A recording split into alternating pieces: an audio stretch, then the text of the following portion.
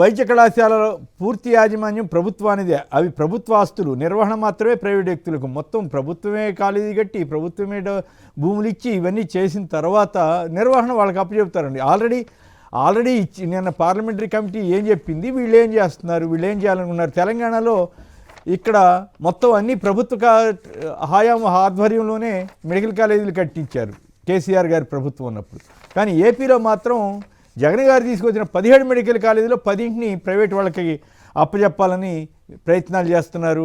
ఆ దిశలో ఎక్కడ పైగా పార్లమెంటరీ స్టాండింగ్ కమిటీలని సాగుగా చూపించే ప్రయత్నం ఈనాడు స్టార్ట్ చేస్తే దాన్ని చంద్రబాబు గారు అందుకున్నారు.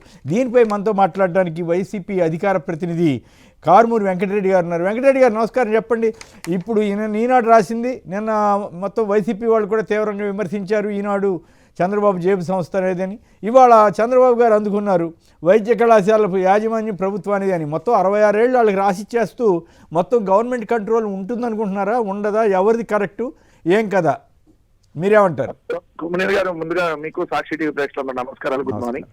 అంటే మీరు చాలా సీనియర్ చూస్తా ఉంటారు, ఒక అబద్ధాన్ని చంద్రబాబు నాయుడు గారు జనాల్లోకి తీసుకెళ్ళడానికి ముందు వాళ్ళ పత్రికలతోనూ వాళ్ళ నాయకులతోనూ మాట్లాడిస్తాడు, రాపిస్తా ఉంటాడు. రాపిచ్చిన తర్వాత వీళ్ళందరూ ఎత్తుకొని దాన్ని డిబేట్లు పెడుతుంటారు. ఈ అంశం అనే కదా, అనేక అంశాలు మనం ఎలానే చూస్తాం. ఇప్పుడు పార్లమెంటరీ స్థాయి సంఘం ఇచ్చినటువంటి నివేదికని ఈనాడు అనేటటువంటి దినపత్రిక ద్వారా వక్రీకరిస్తూ రాపిచ్చారు. ఎందుకు రాపిచ్చారు అలా? ఇప్పుడు రాష్ట్ర వ్యాప్తంగానే కాదు, ప్రపంచ వ్యాప్తంగా ఉన్నటువంటి తెలుగు వారందరిలో కూడా ఒక చర్చ మొదలైంది.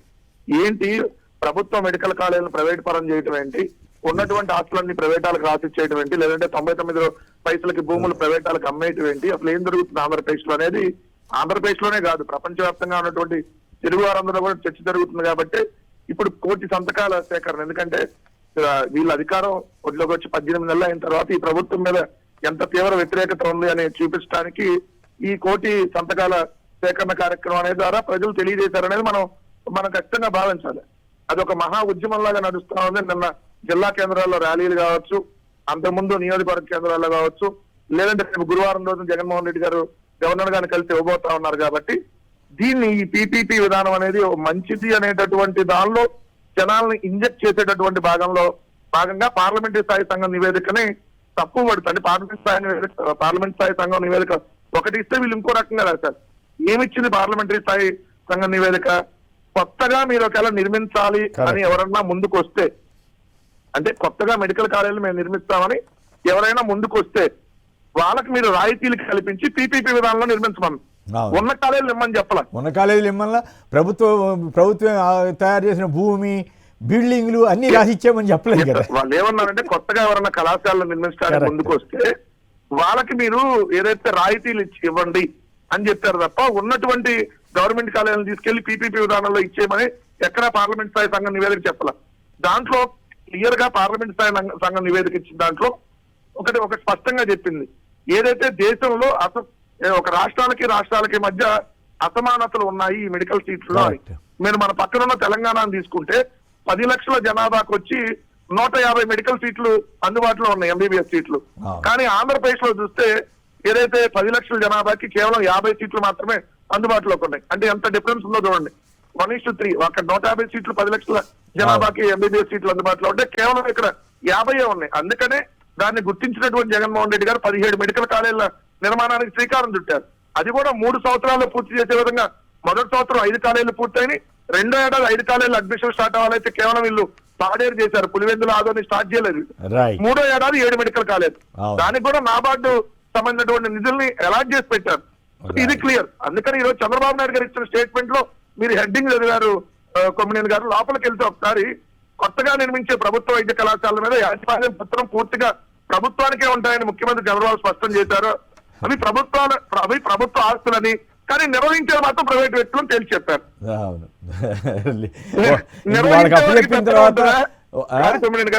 నిర్వహించేది ప్రైవేట్ వాళ్ళే అని చెబుతున్నాడు.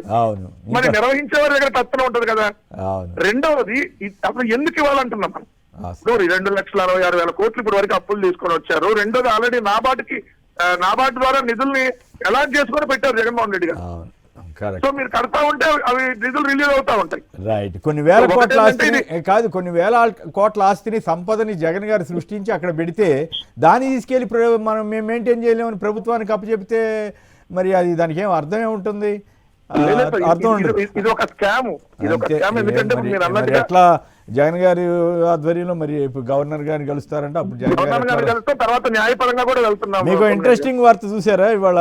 మరి ఏమైందో ఆంధ్రజ్యోతి అనుకుంటా, సడన్గా ఎక్కడ తగ్గాలో తెలియకుండా గణాంకాలు జీఎస్డిపి తలసరి ఆదాయంలో తగ్గేదేలే, అసలు కష్టాలు దాచి కాగితాలపై గొప్పలు, దీంతో కేంద్రం పన్నుల్లో భారీగా వాటా కోతబడిందంటూ వీళ్ళు మరి ఏ ఉద్దేశంతో రాశారో తెలియదు కానీ మొత్తం మీద అంటే ప్రభుత్వ పరంగా కూడా పచ్చి అబద్ధాలని గణాంకాల రూపంలో ఇస్తున్నారని జగన్ గారు లేకపోతే బుగ్గన్న గారు వీళ్ళంతా చెబుతున్న దాన్ని వీళ్ళు కన్ఫర్మ్ చేసినట్టు అనుకోవచ్చేమో. మొన్న కూడా లోతెత్తిన పోటు అని పెట్టారు కొమ్మనేని గారు. పోయిన నెల 10వ తారీఖు, నవంబర్ 10వ తారీఖు. అంటే నాకు తెలిసి వీళ్ళు పేమెంట్ లేట్ అయినప్పుడు కొంచెం రాస్తా ఉంటారు, మళ్ళీ తర్వాత మళ్ళీ భజన చేస్తానే ఉంటారు. దాని మీద జగన్ గారి ప్రభుత్వం మీద ఏ ఒకటి బురద బులు వేస్తుంటారు. ఇంకో విశేషం ఏంటంటే పార్లమెంటరీ కమిటీయే సిఫారసు అంత స్టాండర్డ్ అంత రాజ్యాంగబద్ధం అయితే శివరామకృష్ణన్ కమిటీ చేసిన సిఫారసులు తీసుకెళ్లి చెత్తపుట్లో పాడేశారు కదా చంద్రబాబు గారి ప్రభుత్వంలో. ఇప్పుడు ఎక్కడో పార్లమెంటరీ కమిటీ 100 సిఫారసులు చేస్తుంది. ఎందుకు అసెంబ్లీ కమిటీలు కూడా చేస్తుంటాయి, అవన్నీ పట్టించుకోరు. మెజారిటీ 99% దాన్ని లేని దాన్ని తీసుకొచ్చి ఇప్పుడు అడావుడి చేస్తున్నారు. అదొకటి. ఇంకోటి సంపద సృష్టించడానికి పీపీపీ విధానం మంచిదని ఇవాళ చంద్రబాబు నాయుడు గారు స్టేట్మెంట్ లో ఇచ్చాడు సార్ లోపల. అలాంటప్పుడు అమరావతిని పీపీపీకి ఎందుకు ఇవ్వట్లా? అదే అక్కడ వచ్చేసరికి లక్షల కోట్లు గవర్నమెంట్ ఖర్చు పెట్టాలి, మళ్ళీ లక్షల కోట్లు అప్పులు తెచ్చి గవర్నమెంట్ ఏది అధిక వడ్డీకి అప్పులు తెచ్చి ఏది భారతదేశంలో ఉన్నటువంటి సంస్థలు కానీ ప్రపంచంలో ఉన్న సంస్థల నుంచి కూడా అప్పులు తీసుకుని వచ్చి మరి కడతా ఉంటున్నారు. మెడికల్ కాలేజ్ సృష్టించే నగరం అన్నప్పుడు దాని పీపీపీకి ఇవ్వాలి కదా. బాగా చెప్పారు. మెడికల్ కాలేజీలకు సంబంధించిన ప్రభుత్వ సంపదనే ప్రైవేట్ వాళ్ళకి అప్పచెబుతున్నారు. ప్రైవేట్ వాళ్ళ ఆస్తులకి ఇంప్రూవ్ చేయడం కోసం లక్షల కోట్లు తీసుకొచ్చి అమరావతిలో ఖర్చు పెడతారట. ఇదేం లాజిక్ అర్థం కాకుండా ఉంది.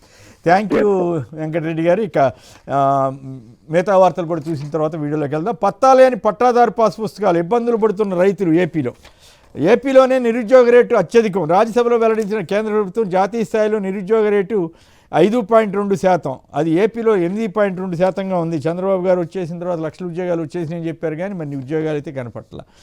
సార్స్ ప్రాజెక్టు కింద 4,000 కోట్లు ఇవ్వండి లోకేష్ గారు కేంద్ర మంత్రులకి విజ్ఞప్తి చేశారట.